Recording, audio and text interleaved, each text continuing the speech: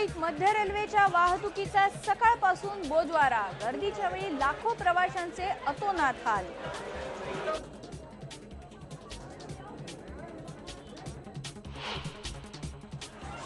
संतापलेला प्रवाशांचा दिवा स्टेशनवर उद्रेक, लोकलवर दगडफेक, पोलिसांच्या गाडीसह 3 गाड्या पेटवल्या। पोलिसांच्या हस्तक्षेपानंतर आंदोलक रुळावरनं हटले।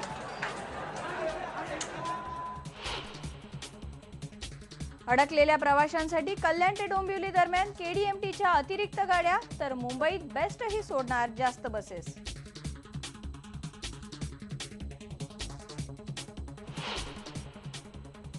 मध्य रेल्वेवरच्या गोंधळाचा हार्बर मार्गावरही परिणाम, टिळकनगर स्थानकावर फेकली एटीव्हीएम मशीन्स।